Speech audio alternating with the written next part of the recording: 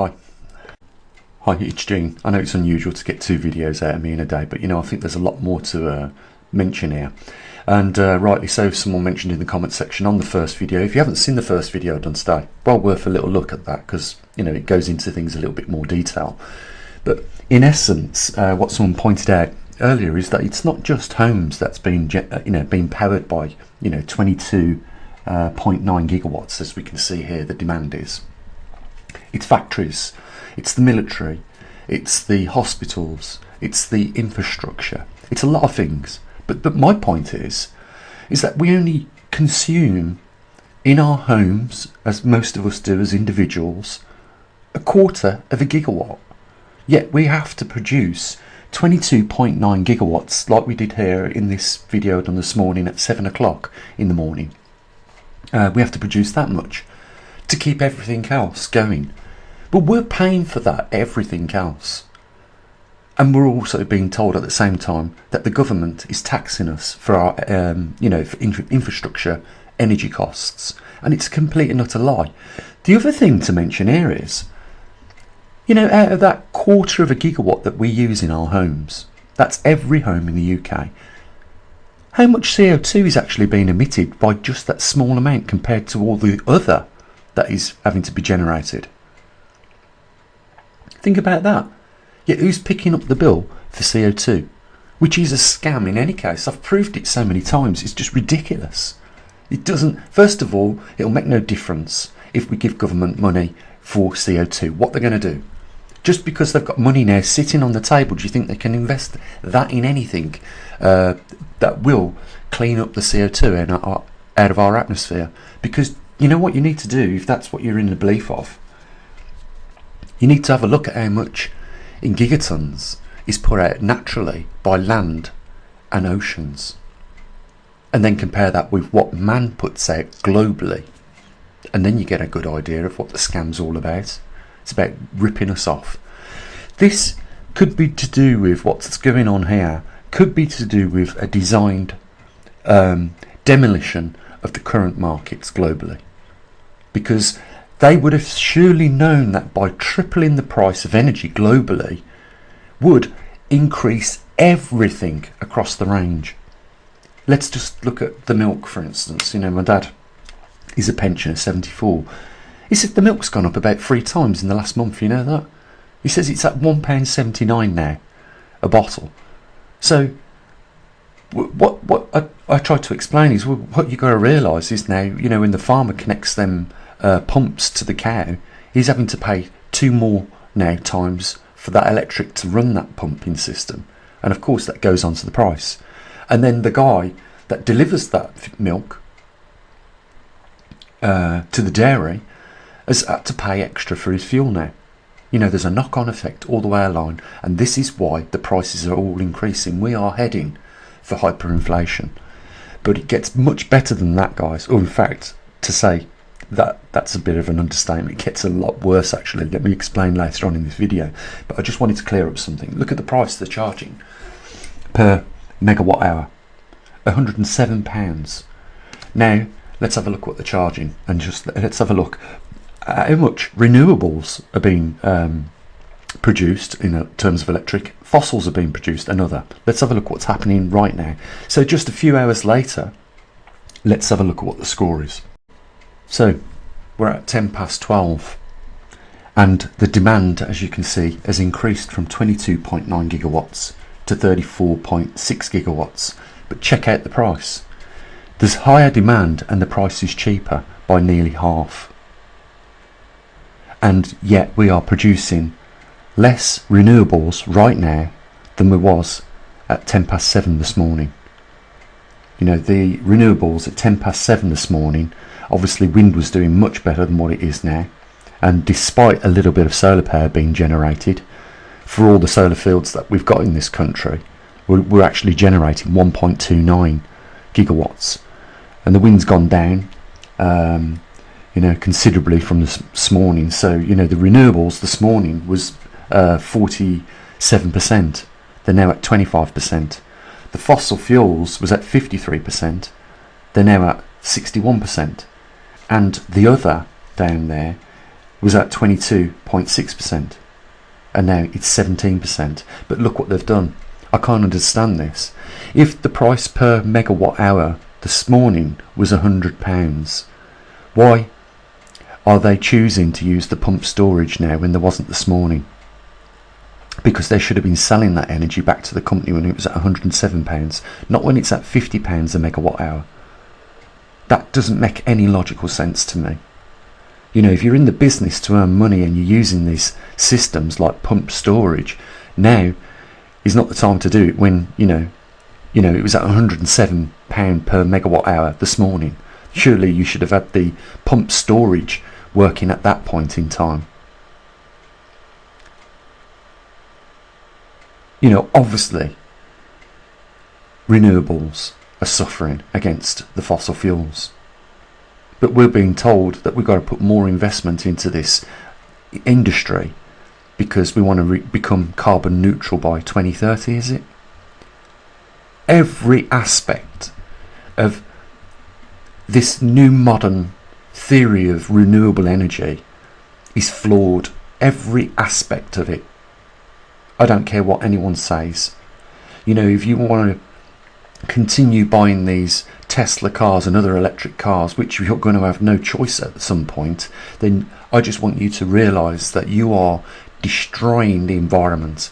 If you have a look at the open cast mines for cobalt and other open cast mines around the world where they mine the materials for this, have a look at the working conditions that the people are living in and working in, and have a look at the state of the environmental damage that's being caused. These people that run our governments do not care anything other than waxing their own pockets. I want to show you something else, guys. So I think we've covered the point here that I was trying to make. You know, I could have brought the electric the other day, if I had the facilities to store it, I could have brought it at £4 a megawatt hour. But it just shows you the fluctuation in terms of price, how it increases over a short space of time. It's just mind-boggling. Okay, I'm going to need to take a little deep breath before this. Let me explain what this lunatic has done.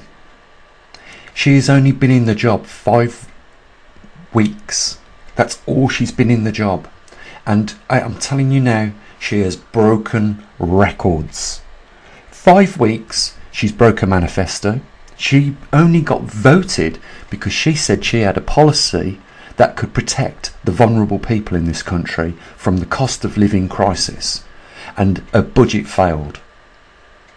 But that is why she got elected. So she's broken a manifesto already.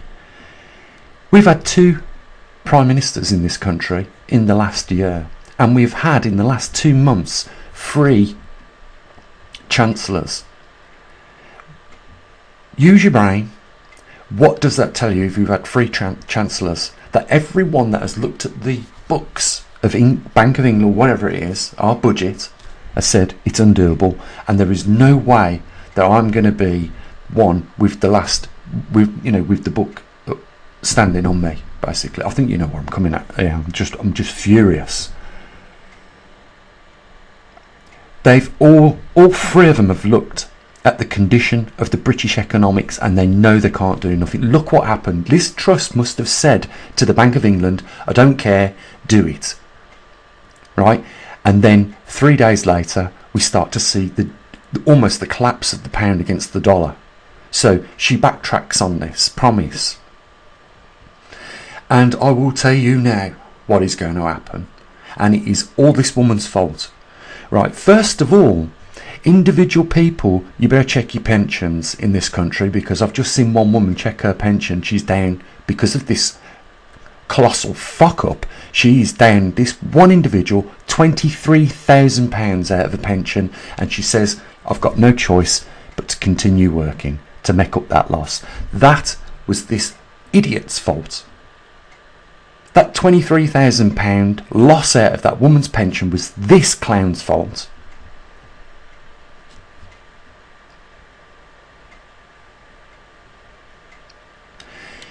And is the worst news. You know as well as I do there is only 3 ways a government can generate money, and she's been told she can't borrow money because of what happened the other day when we tried to. The pound started to slide against the dollar. Right, so she'll fuck the economy up if she borrows any more money. She can't raise taxes because there's a cost of living crisis. There are already people going to die this year in this country and around the world because we've got politicians like this clown in every circus of every government. And 3, the only other way you can get it is steal it. And that's exactly what happened to that woman when she was down £23,000 on her final sum of her pension. And we're going to see a lot more stealing, but what's worse than that is this clown has got no choice but to put taxes up even greater than what they are.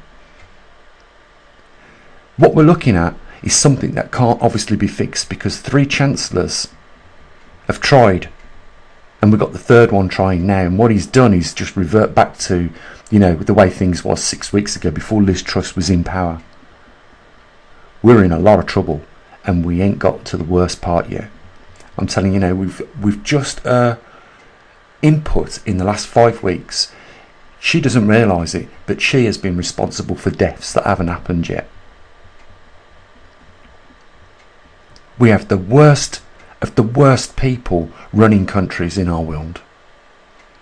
And everybody knew when they started doing quantitative easing 1, quantitative easing 2, that it was going to come back at some point in the future. And the effects of it coming back at a later date would be worse than what it was back then if we'd have just absorbed the losses like we should have done. Instead of quantitative ease, put synthetic money into the markets. Now it's too late. And it looks like there is nothing they can do about it because that is unusual. You've got to admit that. 3 chancellors in just 2 months. The problem cannot be fixed. We've got to absorb now the losses at this point because kicking that can is not allowed even anymore down the road. We can't kick that can anymore. The time and the crunch point has come. You're going to see the United Kingdom go bankrupt in, if not weeks, in the next couple of months. I kid you not. Take your money out of the bank before they steal it because they're already got the fingers in your pensions. And if you think this is just isolated to the United Kingdom, I'm sorry about your luck. This is a global problem and all the governments around the world have been doing it. You know, there's a link down there. If you want to help support what we do, we don't just talk about things like this, but I think I've really put the nail in the coffin on this subject. Now we know where we stand. We're facing a colossal collapse. And there's nothing that can be done about it because if 3 chancellors couldn't fix it, it's unfixable. It's Armageddon. Guys, as always, bye for now.